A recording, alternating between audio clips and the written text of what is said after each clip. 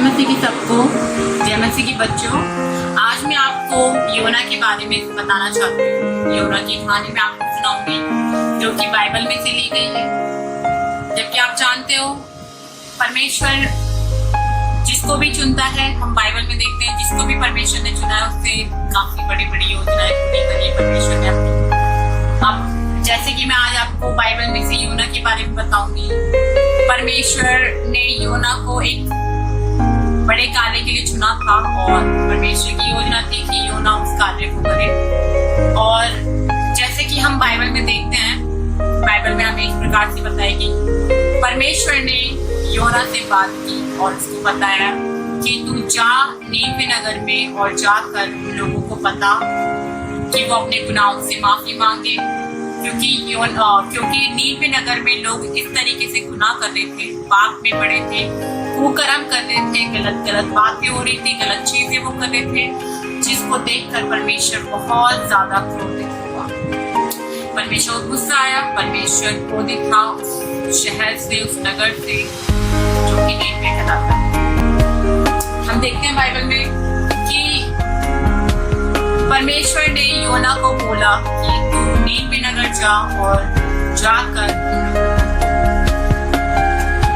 लेकिन योना ने सोचा परमेश्वर है और मैं परमेश्वर से छूट जाता हूँ, परमेश्वर मैं ये काम नहीं करूंगा। उसने अपने दिल में डाल दिया इस बात को। और वो क्या कर रहा था, वो एक जहाज में बैठा और जहाज में बैठ के जहाँ परमेश्वर ने बोला था उस दिशा में जाना, लेकिन परमेश्वर के अगेंस्ट में दूसरी दिशा जा रहा था। जब हम देखते हैं बाइबल में, तो बाइबल में बताते हैं कि वो नीनवे नगर ना जाकर कहीं और जा रहा था और जहाज में बैठा हुआ था। परमेश्वर ने उसको देखा, परमेश्वर ने देखा कि ये मेरी आज्ञा को सुनकर भी उस चीज को नहीं जानता। परमेश्वर को बहुत ज्यादा क्रोध आया, परमेश्वर को गुस्सा आया कि मैंने इसको पूरा बोला, क्लियर बोला कि जा और नीनवे नगर के लोगों को बचा ले, बोल के वो अपने गुनाहों से मन फिरे, लेकिन ये मेरी बात को इग्नोर कर रहा है, मेरी बात नहीं मान रहा है। तो उसने तुरंत क्या करा, परमेश्वर का क्रोध भड़का। और परमेश्वर का जब क्रोध बढ़ता है तो बच्चों आपने देखा होगा कि बाइबल में हम जब और भी बातों को देखते हैं तो परमेश्वर का क्रोध तो बहुत ज्यादा बर्दाश्त नहीं होता परमेश्वर। तो जब वो जा रहा था तो परमेश्वर ने वहां पर आंधी तूफान इतनी बुरी तरह से, इतनी खतरनाक तरीके से वहां पर आया कि वो लोग डर गए। लोगों ने सोचा कि आज तो हम शायद जीवित नहीं थे, आज हम खत्म। जब योना को ये बात एहसास हुआ इस बात का कि परमेश्वर ने उसको जो बोला था उसने नहीं किया है, तो उसको उस बात का एहसास हुआ, उसको रियलाइज हुआ कि वो गलत कर रहा है। तो उसने कप्तान से बोला, जहाज के कप्तान से बोला कि तुम जाओ और मुझे इस नाव से बाहर फेंक दो, मुझे इस नाव से बाहर फेंक दो, तभी परमेश्वर का क्रोध शांत। लेकिन वो कप्तान मान नहीं रहा था, लेकिन उसने उसको बताया कि परमेश्वर की कुछ योजना है, इस तरीके से आप मुझे जहाज से बाहर फेंक दो, समुद्र में फेंक दो। सोचने वाली बात है। लेकिन जब उसने उन लोगों ने क्या करा, उसको नाव से, उस जहाज से बाहर फेंक दिया समुद्र में। जैसे ही उसने समुद्र में फेंका, तूफान शांत भी हुआ और एक बहुत बड़ी मछली, जो कि हम सोच भी नहीं सकते, एक बहुत बड़ी मछली आई और उसको मुंह में लेके चली गई। योना को मुंह में लेके चली गई। 3 दिन 3 रात योना उस मछली के पेट में रहा, उस मछली के पेट में रहा।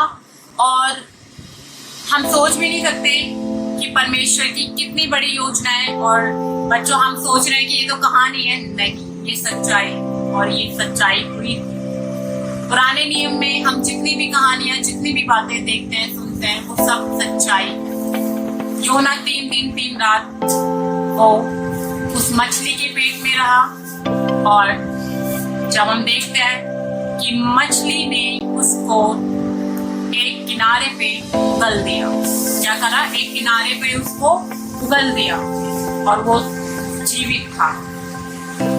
योना जैसे ही मछली के पेट से निकला, उसने अपनी गलती का एहसास किया, वो घुटनों पे आया, उसने तभी परमेश्वर से माफी मांगी और बोला कि हाँ परमेश्वर, मैं नीनवे नगर को जाऊंगा और जाकर जो तूने मुझसे बोला है मैं लोगों को बताऊंगा। तभी वो वहां नीनवे नगर गया, लोगों को उसने बोला, राजा को बोला कि अपने अपने गलतियों का पश्चाताप करो, अपने पापों को मानो, परमेश्वर इस नगर को नष्ट करने पर है, इस नगर को खत्म करने पर है। और वो यही बोलता हुआ जा रहा था। उसने सोचा कि ये लोग मेरी बात नहीं सुनेंगे और ये देश खत्म हो जाएगा। उसने सोचा ये लोग मेरी बात नहीं सुनेंगे और ये देश खत्म हो जाएगा। वो दूर जाकर एक चट्टान पर, एक पहाड़ की चोटी पर बैठ गया, जहाँ से वो नगर क्लियर एकदम साफ दिखाई देता था, और वो बैठकर वहां से देखता है कि ये देश अब खत्म होने वाला है।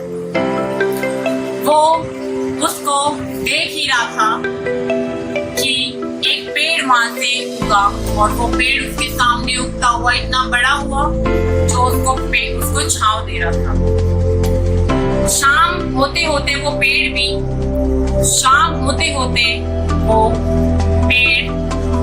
मुरझाने लगा और मुरझाते वो सूख गया। योना को उस पेड़ के प्रति बहुत ज्यादा दुख लगा और योना ने सोचा ये पेड़ कितनी जल्दी मुरझा गया है।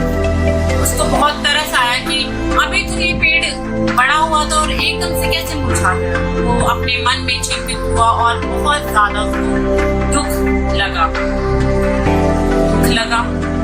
उसको। फिर उसने यही सोचा और तुरंत परमेश्वर ने उससे बोला कि देख योना, ये पेड़ तो तूने उसमें मेहनत भी नहीं करी और ना तूने ये पेड़ बनाया है और ना तूने लगाया है, फिर तुझे इस पेड़ के लिए दुख क्यों हो रहा है। लेकिन योना इस बात समझ गया और परमेश्वर ने बोला कि जब तू इस पेड़ से इतना प्यार करता है, तेरे दिल में इस पेड़ के लिए इतना प्यार आ गया, इस पौधे के लिए, इस पेड़ के लिए तेरे दिल में इतना प्यार आ गया, ये लोगों को तो मैंने बनाया है, इन लोगों को तो मैंने बनाया है, तो मैं कैसे इन लोगों को खत्म करूं, जबकि उन लोगों ने अपने गुनाहों को मान लिया है।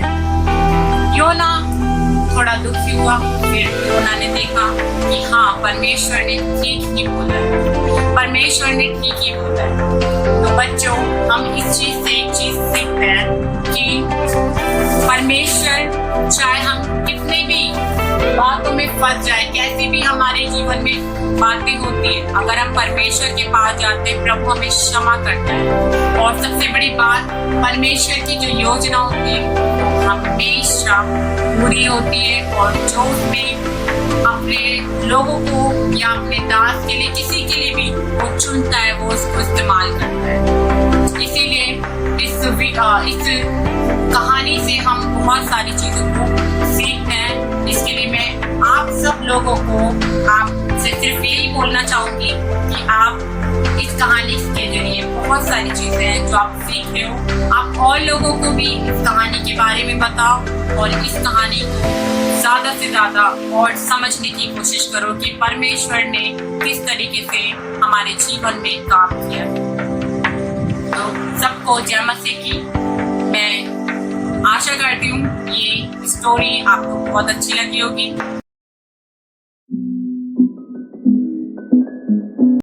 सबको जय मसीह की। मेरा नाम है अलीशा और मैं आपको भजन संहिता 121 सुनाना चाहती हूँ। परमेश्वर हमारा रक्षक। मैं अपनी आंखें पर्वतों की ओर लगाऊंगा, मुझे सहायता कहाँ से मिलती है? मुझे सहायता यहोवा की ओर से मिलती है, जो आकाश और पृथ्वी का करता है। वह तेरे पाँव को टलने न देगा, तेरे रक्षक कभी ना ऊँघेगा। सुन इज़राइल का रक्षक, ना ऊँघेगा और न सोएगा। यहोवा मेरा रक्षक है, यहोवा मेरी दाहिनी ओर तेरी आड़ है। ना तो दिन की धूप से, ना तो रात की चांदनी से तेरी कुछ हानि होगी। यहोवा सारी विपत्ति से तेरी रक्षा करेगा। यहोवा तेरे प्राण की रक्षा करेगा। यहोवा तेरे आने जाने में तेरी रक्षा करेगा। यहोवा तेरी रक्षा अब से लेकर सदा तक करता रहेगा। आमीन।